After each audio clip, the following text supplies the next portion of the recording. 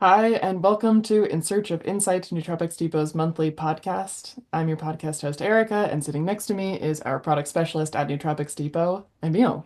Hey everyone. Today, Emil and I are really excited to welcome a special guest, another very exciting new member of our team at Nootropics Depot, and her name is Kerry Hughes. Welcome, Kerry, to the podcast. Thank you. Thank you for having me. Yeah, Of thanks for course. joining us. And Kerry is a part of our scientific advisory board. So if you've seen some of the new product pages where the scientific advisory board has something to say about the research, Kerry is one of those people. And we thought it would be interesting to get our scientific advisory board on the podcast so you can learn a little bit about their background, their passions and interests, and why their opinion matters on our product pages. Because we looked around for the best fits for those positions, and Kerry fills a very unique niche in that scientific advisory board, in my opinion, because she is an ethnobotanist. And for a lot of the people that don't know what ethnobotany is, Kerry, can you explain a little bit about what that is? Sure. I think I'm usually the only or in the first, that ethnobotanist that people meet when they do meet me. And then they kind of go, what's that? um, but, in its simplest form, a lot of people go right away thinking that it's like, all about psychedelic drugs, but it's not. It's simply ethnobotany is just the study of the relationship between humans and plants. And so if you can imagine, that relationship is pretty deep. Like we have a lot of ways that we interact with plants, and we eat food that's plants. We breathe their air that they make for us, really. And there's of course the medicines. There's the clothes that we make. There's shelters. So they're really, in all parts of our lives, no matter what. Yeah, definitely. And with that being said, like we do on most podcasts, we like to take some of our products to have the human interaction of the product in us, and we can tell a little bit about it and also connect a little bit over the effects. I think this was really effective in one of our previous podcasts with Ellie, our new science director. She's on the other side of the world in the US, and we drank some Mushroom Magic Matcha Baller Edition and Cognance together. And when I asked the question to Kerry, what would you like to try on the podcast? She actually also said Cognance and maybe one of the Mushroom Magic drinks. So those are really popular. But we decided to change it up a little bit. So Kerry was also really interested in Erinamax. So we're going to take Erinamax and Cognance together. Unfortunately, our package of Erinamax was delayed. It seems like shipping is getting slower and slower to Europe these days, unfortunately, so it wasn't here on time. So I had to quickly improvise, and I thought the closest thing that I have at home to Erinamax is tiger milk mushroom. And for a lot of you in the know, you know that Erinamax is acting on nerve growth factor, NGF system, and tiger milk mushroom seems to contain a compound that is acting as an NGF mimetic. So they should have pretty similar effects. Not exactly the same, but this might actually work out a little bit better for me because, as some of you might know, I don't respond particularly strongly to lion's mane. Erica does, so that would have been interesting, but I do respond quite strongly to tiger milk mushroom, so you might see a bit more of an interesting effect in me over time. So let's take those so they have a little bit of Okay. time to work during the podcast, and then we can reflect on it in a little bit. So This yeah, feels a Awesome. little strange, huh? We're popping pills together. yeah, We do it every podcast, so now you can be a part of it too. Okay. This is very ethnobotanist of me, by the way. exactly. This is what people imagine that I do.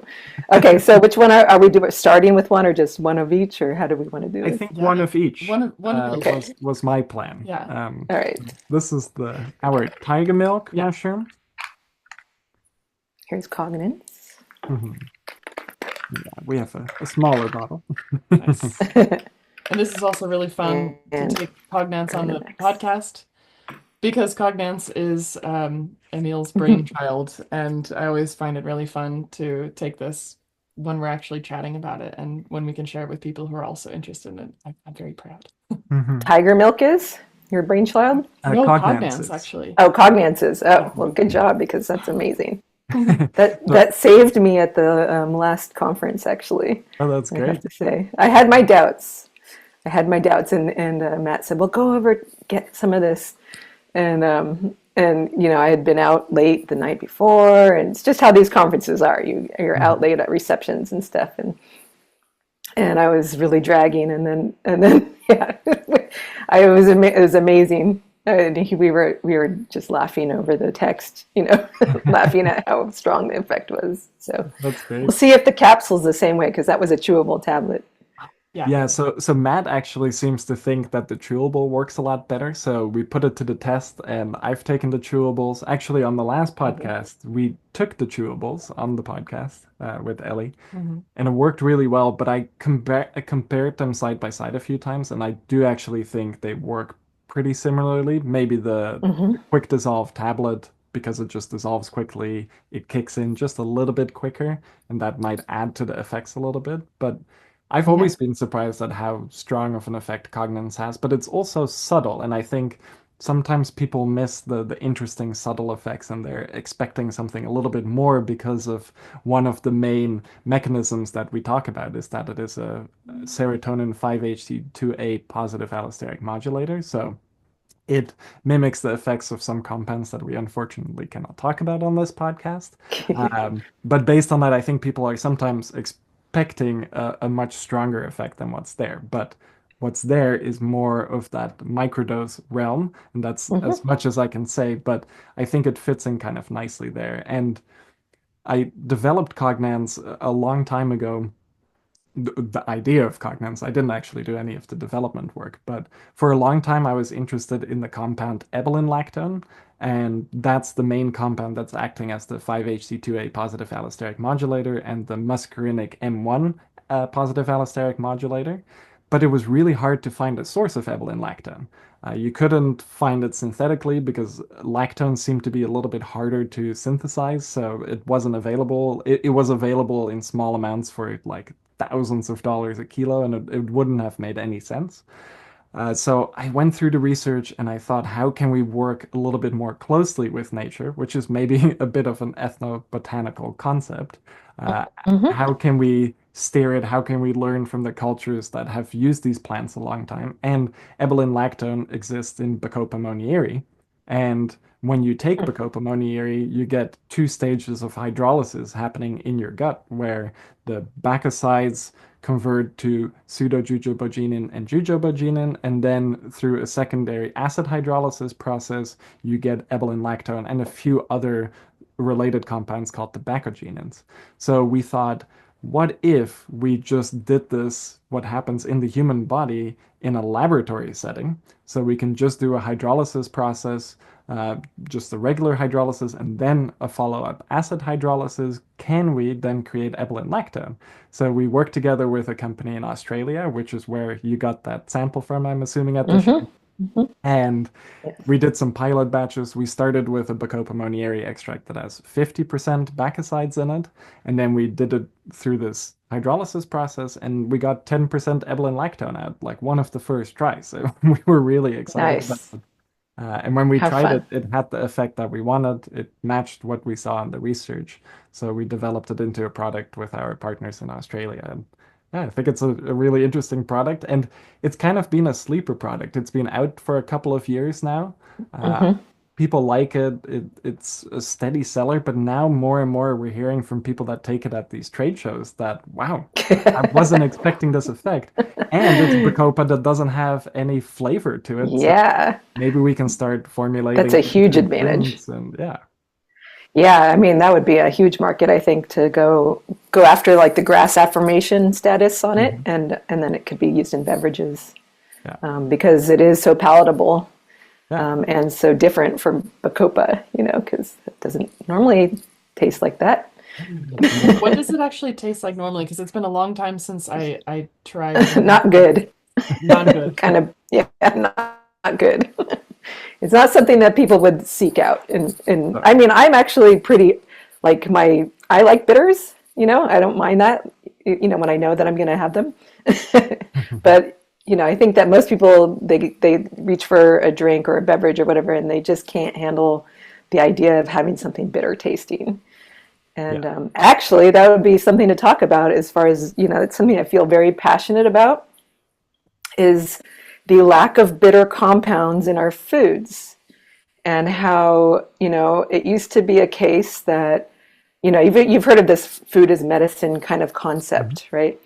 But it truly used to be the case that in every kind of meal we had, we would be getting these bitter compounds because our foods had a lot of them. And now, and not even through GMO, just through regular plant breeding and the preferences and the industrialization of food, we have bred all the bitter principles out of our food. So if you can imagine, like, the radicchio lettuce that people would have, after a meal, in Europe or something like that, that used to be the tradition, right? And then now we have this iceberg lettuce that people are eating, which has like no flavor. There's Right. zero flavor, and and so that's where we've gone with it, And this has been happening to all of our fruits and vegetables, and actually the biodiversity is getting lost in our foods, and I think it has a large reason why we're seeing a big increase in the Western diseases, and those two things actually are very coincidental when you look at the numbers. So the loss of biodiversity in our foods and the sharp rise in Western disease. And so if you imagine, we used to get our medicine all the time through the foods and Mm. in small doses all the time. And now they're just absent. And really that's the history too of bitters.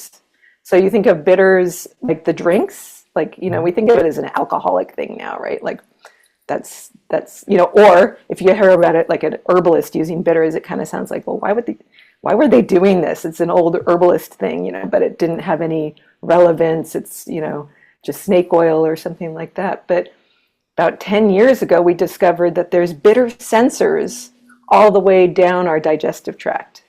And those bitter sensors have a really important role in blood sugar regulation, immunity, in a whole cascade of hormones that actually keep us healthy. So these Wow. So, are stimulating the glucagon-like peptides, right? yeah, there's GLPs? the next, Yeah. yeah. And in fact, that's another really interesting thing that's happening right now because, yeah, the GLP-1 agonists got really popular because of weight loss and obesity. Well, actually, it was originally because of blood sugar regulation, Mhm. right? So these drugs were originally made, by the pharma industry for diabetes, basically. And then people were taking these and reporting really good weight loss. And somebody went, aha. And then, so now this is, swept the nation. This has been a game changer for obesity. But what most people don't realize is there's also this next wave that's coming along behind, right? And that is the microdosing of GLPs, Mhm. GLP-1 agonists. Hmm. And there's doctors, if you do a search on the internet, there's doctors all over the country that are giving these to people, not even for weight loss, but for people that are on these like lifestyle medications, high blood pressure, cholesterol, all sorts of things, even immune and like autoimmune kind of reactions, I guess. Mm. And they're reporting that they're able to get off of the medications. And so I don't know, it's some of the doctors I've been seeing are saying that it's for like inflammaging, the inflammation that comes with aging. Oh, But I like I that think word. it's, yeah, inflammaging. So I don't know. I think that's kind of the next wave that's going to hit, the whole nutrition industry because it really has affected how people think, about weight loss and how to support weight loss, right? And it's been a game changer. But if Ah, if that's the next wave that's coming, and we know that herbs can actually support cardiovascular health and lipid support and liver and all these other kind of wider multi-systemic effects that they have. So, what's that going to do to the nutrition and wellness industries if the GLP-1s start affecting those kind of conditions? Yeah, that would be well, interesting. and it gives me a glimmer of hope. Um, Yes. in a Well, yes. I mean, I think to me, it's like, well, is it good to hope that people are going to take another pharmaceutical to replace the No, pharmaceuticals, no, I guess in that sense, no, no. I mean, at least I don't think so. But the right? glimmer of hope is the idea that that though we have lost connection with bitters in our diet over time, and though health issues are increasing, likely because of, or it's somehow related to this lack of bitters, this idea of microdosing something affecting the GLP-1, this Yeah. is maybe a baby step getting back to the idea that we need to be just living healthy every day in small ways. Like we need that small bite or those small bites of those Yes. bitter greens. And I don't know if people who are on pharmaceuticals can actually make that bridge from I take a little microdose of a pharmaceutical bitter to I take the time to buy bitter greens and eat them every day. Hmm. I'm very hopeful. It might not be practical to Yeah. be so hopeful, but the idea that you could introduce a concept as a microdose and this trendy term, Hmm. maybe, possibly people could see the logic in actually incorporating this back into our diets. And I do just Yeah. want to quickly interject and say, when I lived in the US, I was not interacting with any bitter foods ever. I've never been in a Yes. restaurant and been served bitter food. But Right. growing up in the Netherlands, I ate radicchio as a kid all the time. And still, when we go over to my parents' house, if we have a salad, it will be made with radicchio. And last year, when we went to Portugal, or 2 years ago, I was shocked when we sat down at a restaurant and we were eating some olives, and they Mm. were extremely bitter. Like the most bitter thing I've ever tasted. And it took me a little while, and I started to really enjoy the flavor because we both really like these Italian Amaro bitter alcoholic drinks like Fernet Branca. We've been drinking that for a long time. So to me, it was an interesting thing, but I can imagine for the average person who's used to a normal olive, this would be really shocking. Even for me, it was shocking. But it's interesting to think that, and not all of the olives were super bitter. So if you have a raw olive, they're going to be really bitter because of the oleoerpin content. And if Hmm. you then soak those olives in water, it takes the oleoerpin out and they taste more pleasant, but you also lose maybe some of the bioactivity. But for some reason, they're leaving it in Portugal, at least in the area we were in. And It's then, very medicinal yeah, too.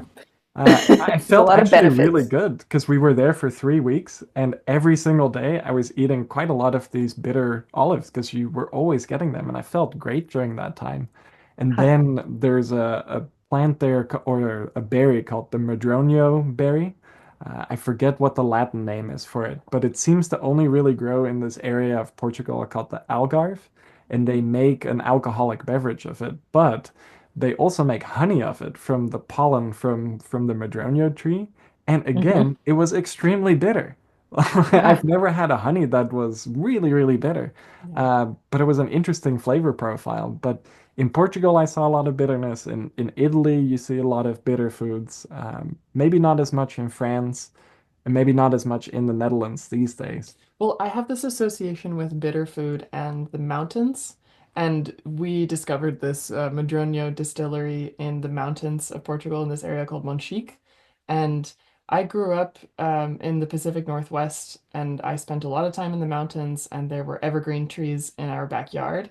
And having this really nostalgic, like formative memory of the smell of pine trees and the smell of like cold wet granite and just this really this taste of bitterness sometimes just from the smells of the trees around. This is something that like really feels like home to me, and I associate bitterness with cold climates as well. Is Hmm. this an accurate association from an ethnobotanist perspective, or like Yeah, I'm is not it sure why. I haven't really thought about it in that way with cold climates, and I don't think so because they're really in all climates. You know, yeah, they are a range of compounds that happen to be bitter, and really all like a lot of foods have them. Yeah. And a Even lot of things alcohol. that you, yeah, yeah. So I don't think that it has anything to do with climate. I mean, the only thing I can think of might be, in some more harsh kind of environments, So these bitter compounds are what we call secondary metabolites, right? And so they're not the things that are used in the primary metabolism of the plant, like the fats and the carbohydrates and that kind of thing for energy, the normal metabolism that we think of as metabolism, but it's the secondary metabolism, which is used really for defense and kind of like the plant's immunity. And actually, turns out, ours as well.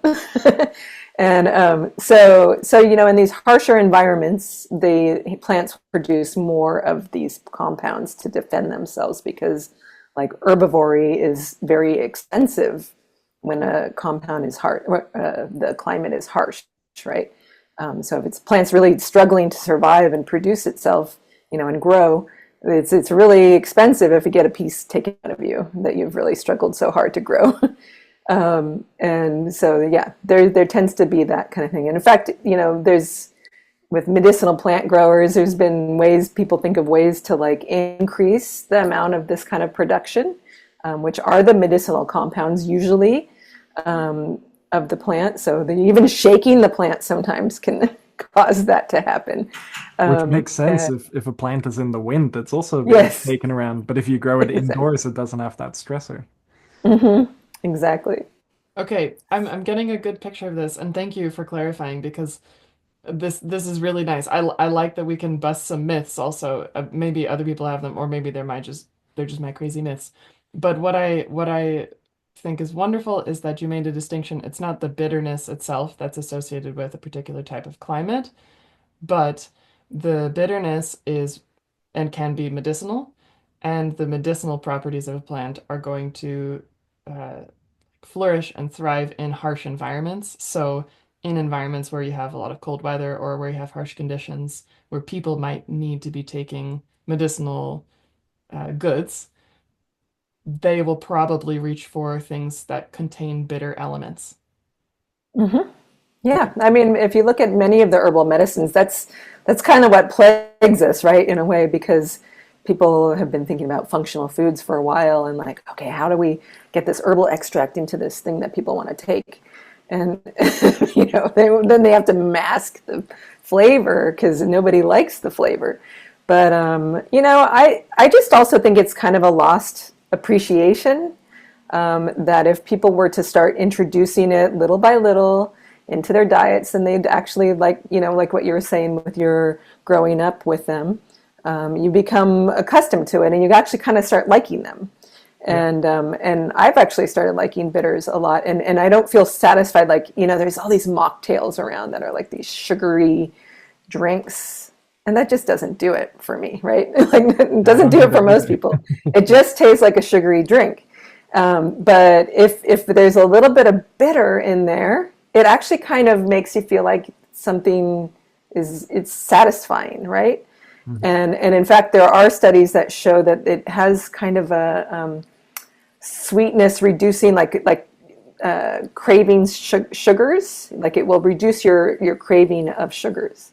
And I think it just all makes sense because those bitter compounds are, they're affecting the bitter sensors, right? Which then play a strong role in the regulation of blood sugar. So you're not going through the swings as much and wanting the sweet compounds to keep that going. It's more of an even ride. And that's, part of how these GLP-1 agonists work is they put you on more of an even ride. So you're not craving and seeking, and the kind of the food noise is not there. Yeah. So yeah, no, I mean, I'm super passionate about this because it's also, these bitter compounds, they're throughout nature and throughout, all the plant kingdom. And we're really losing biodiversity right now. We're on the, edge of like the sixth mass extinction is what they call it. And it used to be that people were really interested in biodiversity, like back in the 1990s. And then climate change kind of swamped out everything else, every other environmental concern. And maybe rightly so, right? And they're connected, obviously. But, I think that a lot of people have a hard time connecting to the idea of climate change. But I think biodiversity, super important to us. and not only like to our own health and the health of the planet, but our economies as well, right? All the economies have biodiversity kind of underpinning them. And so, I just wish that people would connect more to biodiversity. And I feel that maybe this is one more area where we're going to start valuing it again, through this kind of resurgence of maybe what's this interest in bitters, or medicinal compounds through the foods and the, herbal medicines that we get. I don't know, is anything to connect the dot. I kind of feel that if we can reconnect what's been lost there in that connection, I think that we're all going to be a lot better off.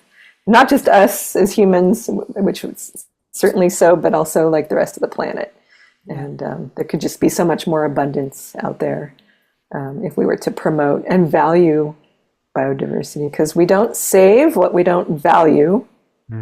So learning about the uses of these plants drives value into them, and people will start saving them. Are you familiar with, or did you want to say something? I do, yes. My mind goes immediately to the fires in LA and to the people and the animals and the plants that have died, that have been burned. And it makes me think about the non-native plants that were brought there, that were planted there, the plants that are allowed to flourish and grow, and they can be beautiful, but they can also be very dangerous. And it makes me think about all of that ash and all of that empty space, which I hope at some point could be filled with more biodiversity than was there before the fire. Um, I don't know if this is possible. I don't know what will happen. I don't know how toxic it all is, actually.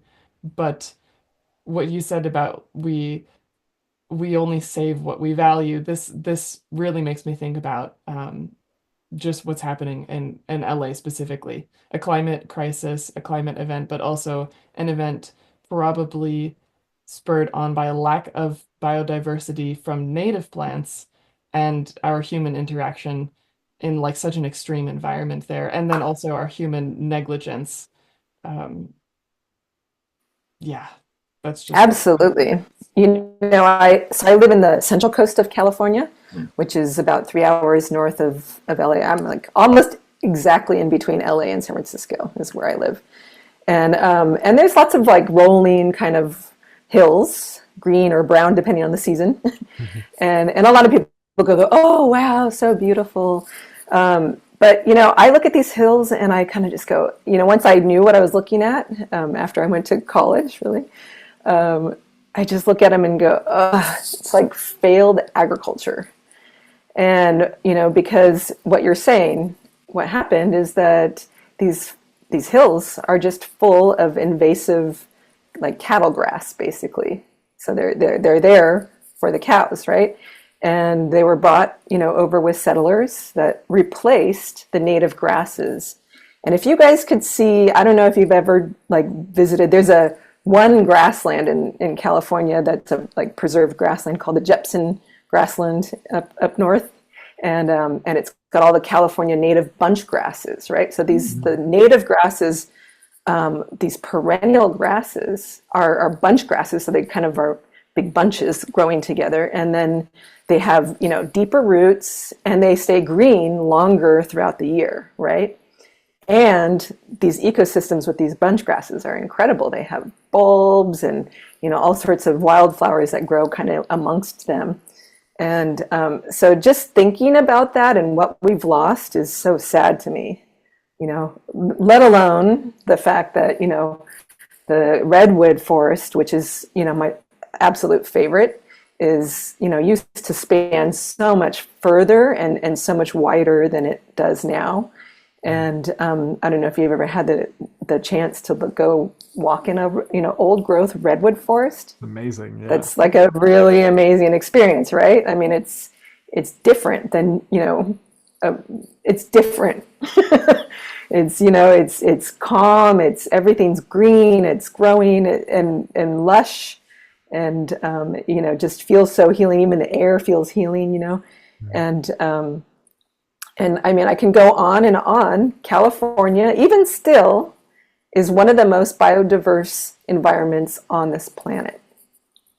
And that's not something I'm making up. This is something that you can look up. It's true.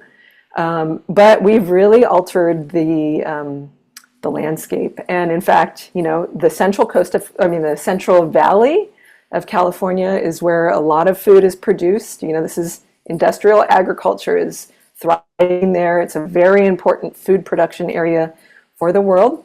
But, you know, we've done a lot of really bad things with inappropriate crops and cropping and agriculture. And in fact, the whole Central Valley has sunk, like, I don't know how many feet, but I think it's like 6 feet or something like that, because of draining the aquifer. What is And that? What is so aquifer?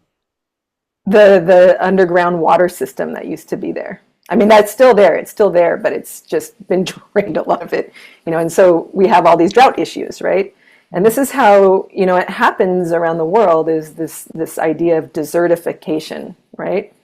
And it's this where we change the environment and we take out kind of the natural buffers that used to be in these kind of native environments. And when you do that, the land, it does try to heal itself, right? And but oftentimes it becomes a desert. And you know, we all know that LA is pretty desert-like, right? Oh yeah.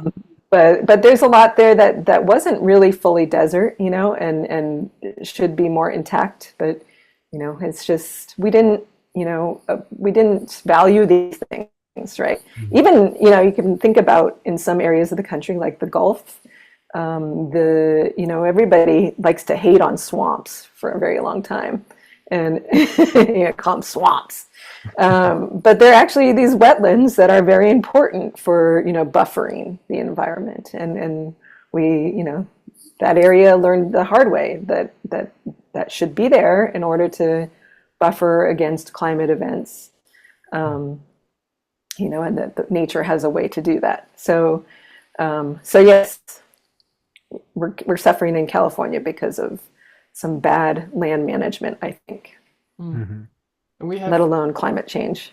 yeah, we have some personal experience with the desertification because we were living in Phoenix, Arizona for 5 years. But that is an actual desert. That is That is an actual desert, yes. for sure, But it's also probably becoming hotter. expanded. Oh, for Yes. Yeah, and it became Yes. hotter in the time that we lived there. I mean, and also the climate just changed pretty dramatically from your first year compared to our last year there. Yeah, and there's always going to be swings, but I talked to people who've lived their whole lives in Phoenix who said we never had 120-degree days.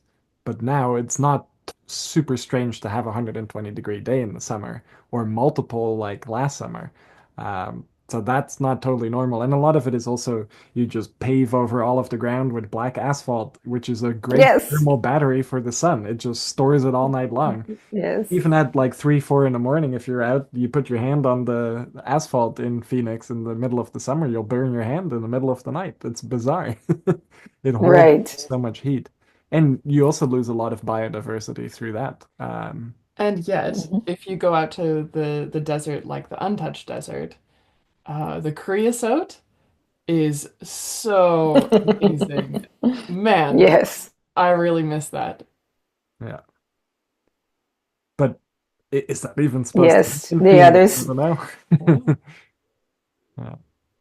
Yeah. Uh, I don't know. There's a lot of I really do love that smell of the creosote, and then I don't know. In a lot of the hotter environments, there's the sages, the mhm. natural, Yeah. you know, like here in California, we have like a lot of sage brush, you know, California sage that grows, and in the hot, you know, times, like in the hot days, that scent of those aromatic oils is so amazing.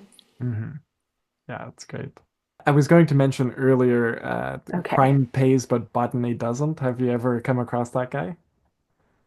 He has a really nice Instagram presence, No. and basically his thing is I think he has now like a video series of something like "fuck up your lawn" is what it's called, and he'll basically come rip out your Yes. entire lawn and put only native species in, and that's his whole thing. Like Uh-huh. your lawn should be native species. What are you doing putting grass in when you live in Phoenix?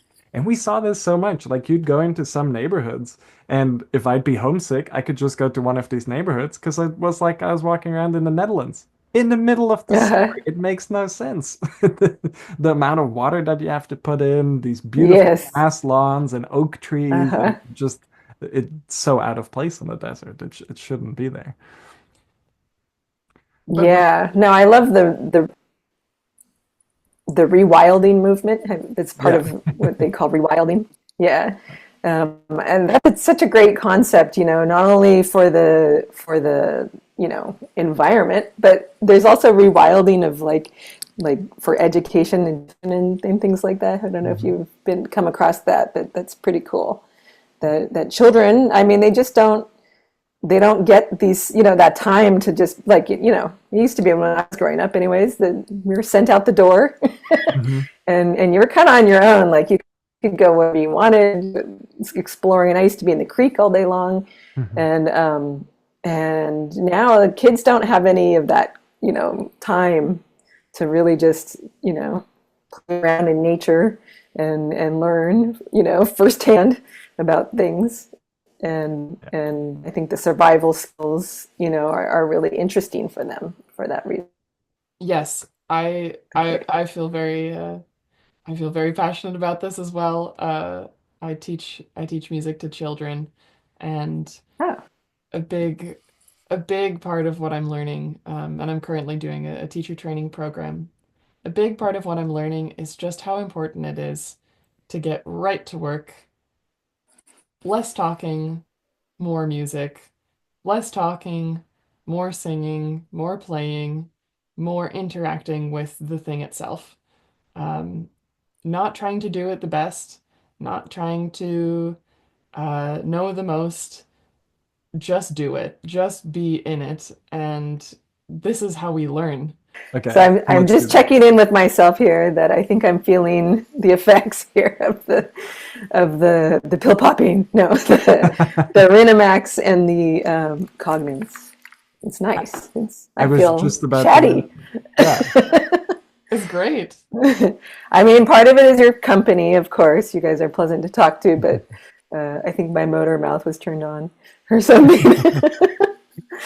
And uh, we both noticed this in the podcast with Ellie. At a certain point, about half an hour in, we got way more chatty, and looking back at the footage, I can uh, see the moment where it kicks in because the verbal fluency seems to go up a little bit more. We're talking at a faster pace, we're getting more excited, and I felt that kicking in just now. So I'm glad that's so you cool. stopped us to mention it because the effects kind of kicked in at the same time, I think. Yeah. Yeah, that's funny. Yeah, I mean, I was also going to bring up the fact that, people get surprised all the time, even people that are in the industry that I know that are used to being around these, herbal medicines and stuff. But when I point out the experiential things, like there are some things that are very experiential that you'll Mhm. feel within a short time period after, consuming them. And so I don't know. I think that's definitely an area where a lot of people are interested. It's certainly younger people, and I think there's a tremendous opportunity in this whole kind of growing non-alcoholic movement too. Mhm. Because that's when people they want to experience things, right? They want to just relax and and chat like we're doing, be social and kind of get stress relief from the day. And so anyways, I'm also hopeful that that is kind of a new time, a new delivery like time for these Mhm. nutritional supplements and herbal medicines. And Yeah. I think that's just a really important aspect that we seem to have lost sight of a little bit too. I guess we all know it with things like coffee. It's pleasant. It's also a botanical and it has a really Yeah. pronounced effect. We enjoy Hmm. the effect. Same with things like tobacco. They've been around for a long time. They've been used ceremonially and in abuse scenarios too, where people are getting addicted to cigarettes. But there's also an aspect of botanicals where it is not just improving your cardiovascular function or your immune function. It's also improving something mentally. will maybe allow you to Yeah. relax a little bit more or to engage in an interesting conversation. And I think if you look at more traditional cultures who use a lot of plant medicine, a lot of them are also to facilitate a more community feeling. And Yes. strangely, we don't have that as much in Western cultures, besides maybe coffee. Like we go and meet our friends at a coffee shop and have a coffee, and you get stimulated and you talk a little bit faster, and it's nice. Or you go out and have a beer, and it's a similar Hmm. thing. And you see it, I think, in a lot of different cultures where you always have psychoactives around that facilitate being a human being, being a little bit more human. And I think Yes. that's a really interesting aspect of some of the products that we carry too. And I mentioned this sometimes on our subreddit. There are a lot of products that I also just take at the end of a workday to relax and to watch TV.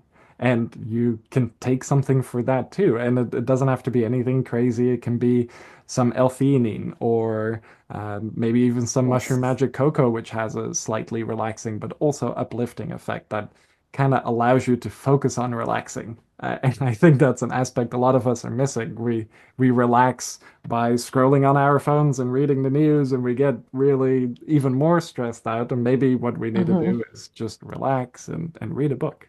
And some of Yeah. these plant compounds can help with that.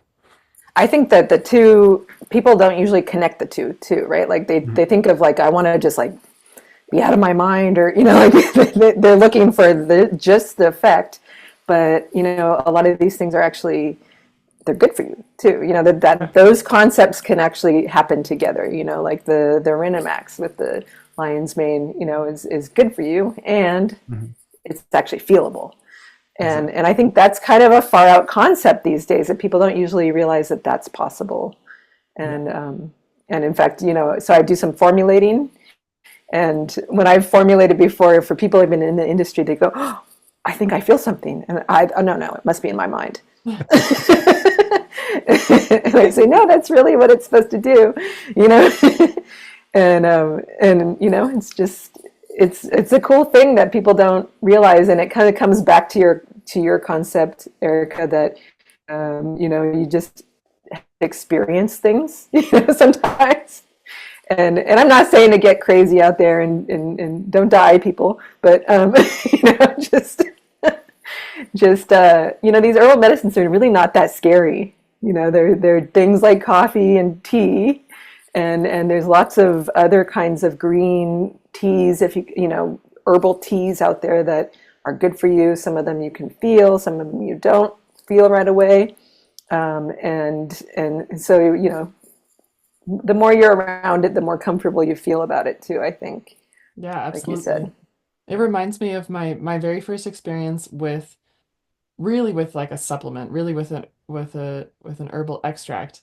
And it was in college, and a friend of mine, his older sister was studying opera. She's an opera singer, and she was taking droppers full of oil of oregano. And Oh. she was telling everybody about it. She was super excited about it because it was a tip from Renee Fleming, who was a really famous American opera singer, who she was studying with at the time. So she was giving it to people also because it was kind of a party trick because it's super spicy.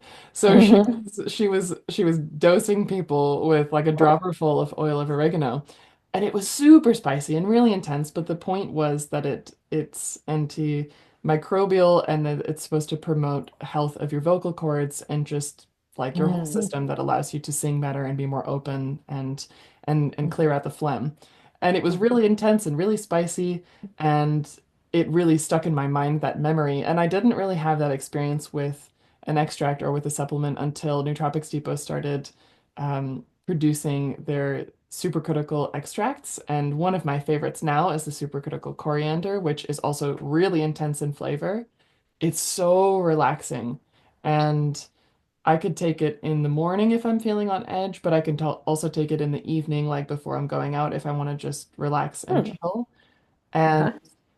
and this has been one of my favorite products for a very long time, because I can feel it working like right away. I mean, number one, the flavor is really intense and it feels healthy. It feels healing because of the flavor, but it also just allows me to breathe deeper and to relax and to like notice my heart rate and then to do things to kind of bring it down, which I really need.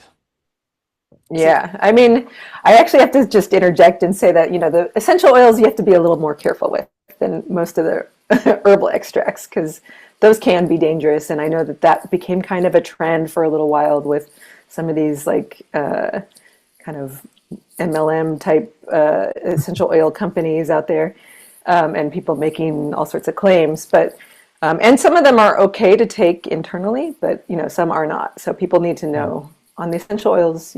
There's caution to be had there. But if whatever Nootropics Depot is doing, read the label and follow the label and that kind of thing. Yeah. But yeah, I mean, it's for most of these things, they're a lot less scary than what when you first start approaching them, because we do have caution around pharmaceutical drugs, right? Yeah, well, I was just going to say that, like, I think that comes from, pharmaceuticals, and the fact that, that some of those are very toxic, and aren't for people that are not prescribed, and at certain dosages, they can be very toxic. And that also comes down to a very basic pharmacological kind of concept that the difference, what's the difference between a poison and a medicine? The dose. Yeah, the dose. So, almost anything can be toxic at the wrong dose, basically. And I think that's also a bit of a fallacy in this whole world, that anything natural is good for you and is just going to be Hmm. perfect and you can take as much of it as you want. But Yeah. I could pull out a lot of plant compounds that would kill you very quickly. So there's Yes. really, really dangerous stuff in nature. Probably more Hmm. dangerous than anything we've ever dreamt up. Um, Yes. I think Yeah, I was looking absolutely. through your Instagram actually, and I saw one of the posts about euphorbia. I forget the last part of the cactus that has the TRX in it, the tetrodotoxin. It's like 16 Uh-huh. billion Scoville units or something like that. That Oh, which I'm trying to think which one that it's a was. cactus from Morocco, and you were also writing in Oh the yeah, yeah, yeah, yeah. The heat. yeah, yeah. Yeah, the heat one. What's that called? That cactus. Retinoferrotoxin, and it's euphorbia Yeah. something, but I forget Yes. the last name. Uh, I think Yes. that's such a fascinating cactus, but if you were to just take a bite out of that, like Yeah. you'd be in Don't do big that. trouble. Don't die. Yeah. Yeah, I mean, I think, so there's an important reason to have a healthcare professional to, Yeah. guide people when they're dealing with, medicinal compounds and with herbal medicines. If you're preparing them yourself, especially, Mhm. and make sure you know how to identify things. If you're out there picking things and doing, and I say with that, people get really, I think, intimidated because people just don't have that knowledge anymore how to identify anything, you know? Mhm. Like literally, like the world, I didn't even know it happened to me. Like when I was younger, like the world was kind of a green carpet. Like I'd be walking around, it was like it was it was like almost like it was, I never saw things as individuals. And then once I started learning the individual identity and having a relationship with these plants, it's like, oh my God, the world changed. There were individuals around me. And of course I can tell like what is toxic and not, and how to use things, and the multiple uses of things, which I think is really cool. But most people just don't have even the basic knowledge anymore. And what I tell people a lot of times is just start with one plant, and even our common garden plants. I love gardening, by the way. This is like one Mhm. of my hobbies. Our common garden plants, often they are in our garden not because they're beautiful, but because at some point they were useful and we kept them around. And then they kind of became a garden plant that we used in horticulture, right? So if you look into the histories of these garden plants that you see in people's gardens all around us, you don't have to go way out into the rainforest and talk to an ethnobotanist to find out what's cool, and interesting and new. Like right under people's noses, there's all sorts of useful plants. And I think that that's something that ethnobotany is a way that people can connect with plants where I think a lot of people have a hard time getting that connection, where it's like, oh, do I have to learn like the name of this plant? Why do I want to, like, why? But once they learn, oh, I can do something with this plant, then all of a sudden the relationship forms Mhm. and it deepens, and then they're always going to remember that plant, right?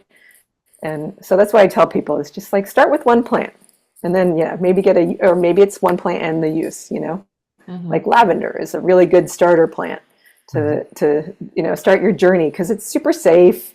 It's easy to identify. There's like three basic kind of types of lavender. Like the French, the English, the Spanish, and they're kind of easy to tell apart. And but you can use them all. And none of them are toxic.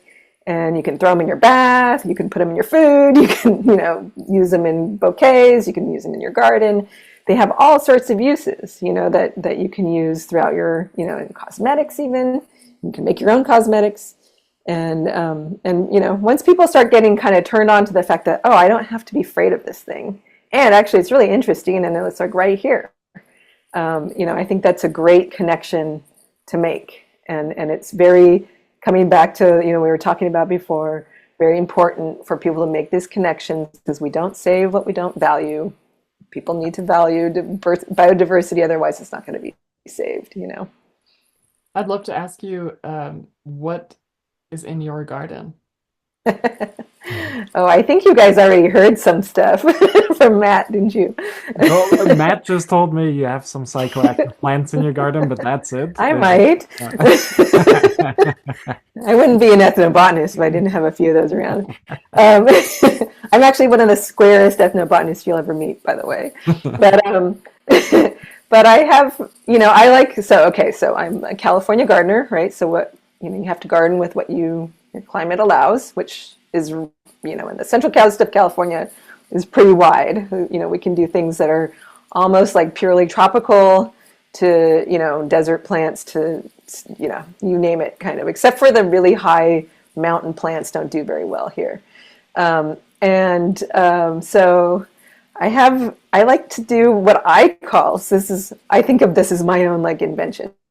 But it turned out I have an old friend so she and I used to work during our university days, worked at a plant nursery here, and so she still has this giant garden, and turned out she thought she actually came up with this idea. So the idea is, you guys probably know, being European, about like an English garden, right? The concept of an English garden, what they look like. These cottage gardens is kind of another idea. So they're really kind of lush, like kind of abundant, with lots of flowers and stuff. Mhm. And so I really like those gardens, right? But I'm not in the right environment for an English garden, right? I'm not in the right climate. But you can do the same thing with California plants. And so I thought I invented the California English garden, kind of, or something like that. The Western English garden, Western cottage garden. I don't have a good name for it yet, but so I have a lot of plants, and a lot of them are together, and I tend to have a lot of flowers. I do love flowers, as you can tell behind me. Mhm. I mix like all the uses together. So, there's a lot of people that are like, this is my food garden and this is my medicinal plant garden, but that's not how I am. I appreciate things for their multiple uses, and most of the plants in my garden have multiple uses. And I even count beauty and flowers as a use, so that's okay. um, but yeah, so I'll have, I have, yeah, I don't know if I should be even naming them, but I have a few psychoactive plants in there, and I have some like regular herbal medicine plants in there, and I also have some culinary type things in there as well, and they're all kind of together. Wow, Nice. I love this. This is awesome. This reminds me of this tuinarchitect. That's like the Dutch way of saying yeah, this garden designer. His name is Piet Oudolf, and he designed the garden for the High Line in New York and a lot of really beautiful gardens around museums in the Netherlands. And he's like he's world famous, but his concept is that the space can look beautiful all year round. So he puts in Yes. varieties of flowers that bloom sort of staggered at staggered times during the year. So there's always something growing, and there's also usually something dying. And the visual effect of having this like growing flower alongside of this decaying flower is also quite beautiful and natural, and it supports the environment in a totally different way than having to replant fresh flowers at a certain point in the season. Um, and there's a Yeah. book that he put out where you can really see just like the active movement of the garden throughout the year. Hmm. Um, and this concept that you're talking about, like the California English garden, I started thinking about these grasses that you were mentioning earlier, and the Yeah. flowers and the foods, because they're all going to have their own rhythm. But when you put them together, they become stronger, probably because of a bit of competition, but also maybe because they just, I don't know, like they share something. They share that space together. I don't know how it would work from a scientific perspective, but it seems logical, Yeah. right? Yeah. Well, actually, so that's it. It turned out, when we were talking about biodiversity being something that people were kind of interested in and cared about at one point, and then they kind of stopped caring. Well, part of the reason, because I have looked into this, is that scientists back then in the 90s couldn't really actually fully explain why it was important. I mean, and intuitively it's important, right? Like you Mhm. go, oh yeah. And if you ask somebody back then, they'd kind of say, oh, well, there's lots of, diversity and resiliency or something like that. But nobody really understood how that worked actually. And since then, in the decades since then, there's been scientific study after scientific study that have proven that the more biodiversity there is, it basically ends up creating more resources that are available to life. So they actually create kind of resources for each other and make it more resilient and more abundant to be able to grow there. So there's more resources available when there's more things, which is not intuitive, right? You would think that there's competition and competition can happen, especially when there's disturbance, but in the right kind of mixes, that yeah, that's actually a concept, and that's why one of the reasons why it's so terribly important is this idea of resilience and the making available resources for life. You see it now actually in some of the vineyards in Europe where they're going more into the natural wine styles where they're not using pesticides or herbicides and things like that. And they're using Yeah. kind of the indigenous yeast that's still on the grapes. But if you go to some of these wineries, some have gone really extreme to the point where one of them, Josko Grafner, who brought back orange wine basically into the modern wine world, if you look at his winery now, he even has a big pond where ducks can land. Mm-hmm. They kind of roam around and they eat some of the grasses, and then they have sheep coming in and they eat a little bit, and they have lots of complementary plants next to each other. And I started hearing this about coffee farms too in South America. A lot of them will put some Mm-hmm. banana trees there, and then there is a bit of shade, and but then the banana trees might also fix some more nitrogen for the coffee, and then the coffee grows better. And I've heard this so many times now where if you just increase your biodiversity, you need less pesticides, you need less herbicides because it's all being taken care of by nature, Yeah, which just seems so I'm very intuitive. passionate. I'm very passionate about regenerative farming, actually. I don't know if you guys know that I have this background in the regenerative farming and the certification that Ah, I've yeah. developed. Yeah, so there's a regenerative certification out there by a Greener World, it's a nonprofit, and it's for regenerative agriculture. And yeah, super important, and biodiversity is part of that. And in fact, I was just talking today, we were talking about this, it really, I think, is going to be the next wave in wines and Mhm. many other things. But wineries are now taking it up because, organic is kind of difficult in wines Yeah. for various reasons in the processing and that kind of thing. And so for that reason, biodynamic became popular at a certain time. And Which is a bit pseudoscientific. Have you ever looked into some of the yes, strategies that they well, use? I actually happen to love, Rudolf Steiner's philosophy is pretty out there. I kind of do really like the anthroposophic stuff, Uh, you guys are probably a little familiar with that being out there, right? The yeah. word Anthroposophy. anthroposophic, I'm not familiar with. Can you clarify?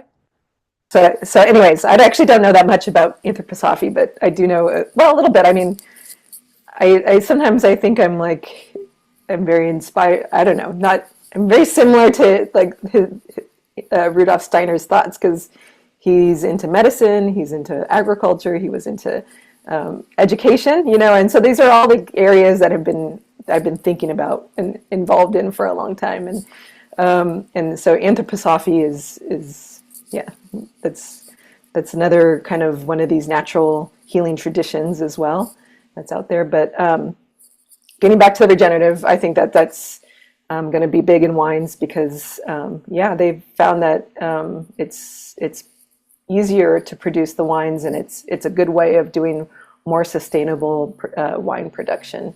And it's funny that you mentioned the coffee too, because I don't know if you talked to Matt, but we'll be, maybe this is another podcast topic, but Yes. there's some things we're working on around there too that are pretty interesting that have to do with agroforestry and some of the new things we're looking at together. Yeah, that's going to be interesting. So I'm glad I got Matt Yes. interested in coffee. Years ago, he wasn't drinking as much coffee, and then I took him to a coffee roaster in town, and I think that really made him go, "Huh? Coffee can taste this way?" And now we figured Really? out You're the about coffee reason, huh? more. I won't take full credit for it, but I definitely infected Matt a little bit with the specialty coffee bug, which, to be honest, is not always the greatest thing to have because you end up spending a lot of money on rare coffees from all over the world. But it is really interesting and to learn about the different processing methods and the coffees that I taste from farms that seem to be doing more regenerative farming and who really have good fermentation practices and things like that, those coffees are really spectacular and definitely stand out above the rest. And I have to say with wines too, the wineries that I know of that are really taking care of their soils and they're doing kind of no-till regenerative type farming. They're not using machinery, and if you go there, there's just weeds growing everywhere, maybe also fixing the nitrogen and all of that. Those wines just taste different. And there's also an area in Belgium that we like to go to. It's right underneath Brussels. It's called Pajottenland. And they have a beer style there where they spontaneously ferment it too with the microbes that are in the air. And I think Hmm. that's something we also don't think about as much that with all of the terroir in wine and in coffee and with something like this, the microbes in the air, the yeasts in the air, the yeasts that land on the plants are also really important. So what they do there is they brew a wort like you would for a normal beer. And Hmm. then they pump it into a big swimming pool, which is in their brewery, usually on the top level, and they open some windows. And then air comes through and it drops microbes and yeasts into the swimming pool of wort.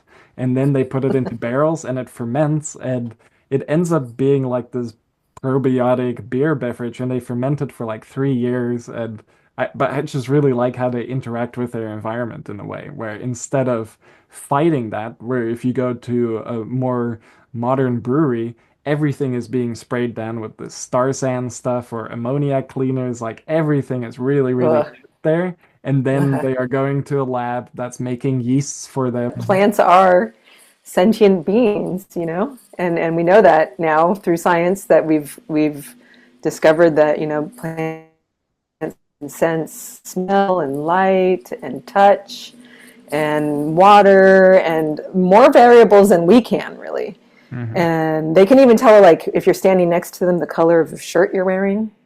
Oh, You wow. know, and they have so there's some cool kind of things that are going on with plants that most people think of them as like these beings that just kind of stand there. So we're learning that plants are sentient beings basically, That's really interesting. and that our presence is known by them. And if you think about it, it's kind of funny. It's they kind of stand there, but there's a lot of movement, and it's on a different time scale than we can really sense ourselves. As humans. But they're the ones that it's telling us like to stay away or to come Mhm. close, and we go to them, from all these, the way we're attracted to them and the things they offer us. So maybe they're the smarter ones. That always makes me wonder, and this is a bit of a controversial topic, of course, but out of all of the plants, like opium, the poppy seems like a bit of like an evil plant because it has had us humanity in its grip for so long. It seems like every time we've interacted with this plant, it ends up in disaster. Um, Hmm. like in China I don't with the know. opium. I wouldn't want to live in a world without surgery drugs personally. For sure. Morphine. Yeah, But that's then where it again, came from originally. but then if you look back too, if you like some of these traditional plants like curare, where it can, Hmm. of course, it doesn't Also have an surgery drugs. Yeah. analgesic effect, which they found out in a pretty nasty way, I think. But Yeah. yeah, but it's so interesting that now, if you look in the US, a huge problem, of course, is the opioid crisis, which it is Yeah. definitely beneficial within a medical framework, but it oftentimes goes a little bit out of control. And then you see with kratom now, it should be a relatively safe plant, but now we've seen so many people get addicted to it that it definitely Yeah. doesn't seem to be that safe. And so things that So hit the opioid system really hard, just I yeah, think that that's a problem for humans, not really a problem for the plants, right? I mean, the exactly. plants have been here and they do what they do, but um, we tend to take things to the extreme, Yes, unfortunately, and we tend to do things, that lose our values. absolutely. And some of the anecdotes we're finding for these problems are even like, you've been hearing probably I'm so glad that psychedelics are, that's not my area of focus, but Mhm. they are really important medicine, and they're finally seeing their day in the sun. Mhm. And, most of them are not addictive, but they should be studied, in my opinion, because, we're getting better results from them, the clinical studies that are coming out, than for the pharmaceutical drugs that exist for some things, for like alcoholism, Oh yeah. various kinds of addiction and depression that are, treatment resistant, really. Mhm. And one of the things that emerges from those kind of situations, those studies, is that the more spiritual kind of the trip is, or the experience, the more effective the outcome. And so that, that really says something about the fact that it's our problem. It's Mhm. us that needs to change our mind, and our way of looking at things. Absolutely. And without that, there's always going to be issues. Yeah. And And I cannot stress enough and say this in a way to just say thank you for saying that because uh, I've spent a long time in my life trying to figure out what the purpose of music is. Like really what the purpose of its use, of its creation, of its presence in the world as entertainment, as healing, as communication. And what I discovered at a certain point um, was that music is infinite because music is something which exists that we can tap into, like the sound of waves, the sound of trees, the sound of cricket. These things make music if you really allow yourself to be open to that. And if you allow yourself to hear music, if you allow yourself to hear what's happening around you, and you choose to make sense of it, you can learn about yourself and you can learn about your environment and you can be aware of danger and you can be aware of peace and you can be aware of water and these really essential things for like human survival. And then, we have language to describe the world around us. We have language to identify the plants around us. And there's so much music in the world that helps us learn about our environment. And this is the music I'm really passionate about because this is the music that connects me to places I've been to. And it connects Mhm. me to people I know, or people I don't know but can learn something about, and this feeling, this belief, but also this fact that music can be infinite. Like it could be something we just sense without having to try. Our ears are open, we just receive it. Like this is something that I feel I want to kind of place into the world of plants, because Well, and we receive but it's things. already been done too, because like Carrie mentioned, with psychedelics becoming more accepted. But if you look at a lot of the native cultures that use psychedelics, it's almost always in the context of music. So we've basically gotten rid of the psychedelic part and we still have Hmm. the music part, but it would be nice in Western culture if those come together again at some point too. I think this all kind of boils down to connection and our need for it. It's not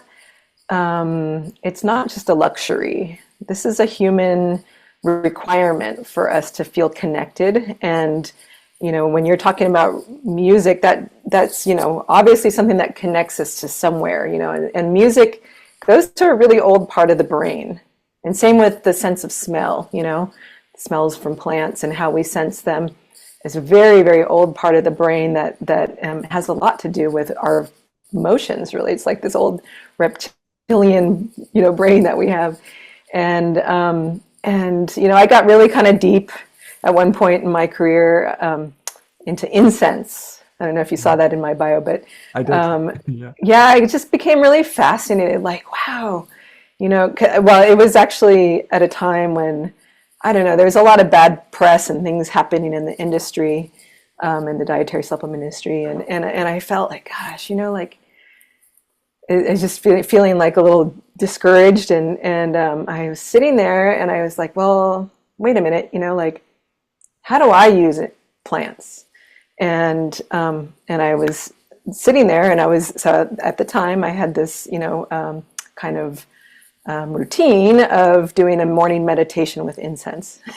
and I'm sitting there lighting an incense stick. And I was also really very like particular about my incense, about it being very natural and real incense, which is unusual, right? Hard to find, Because yeah. most of that stuff it's horrible. It's not even, it's like a stick dipped in glue with, synthetic fragrance, and then saltpeter added to it just for to make it more horrible.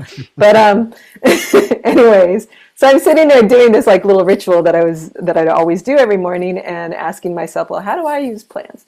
And I was like, wait a minute, like here's something I'm doing that I'm not even really aware that like how important this was to me, or that I was doing it every day of my life.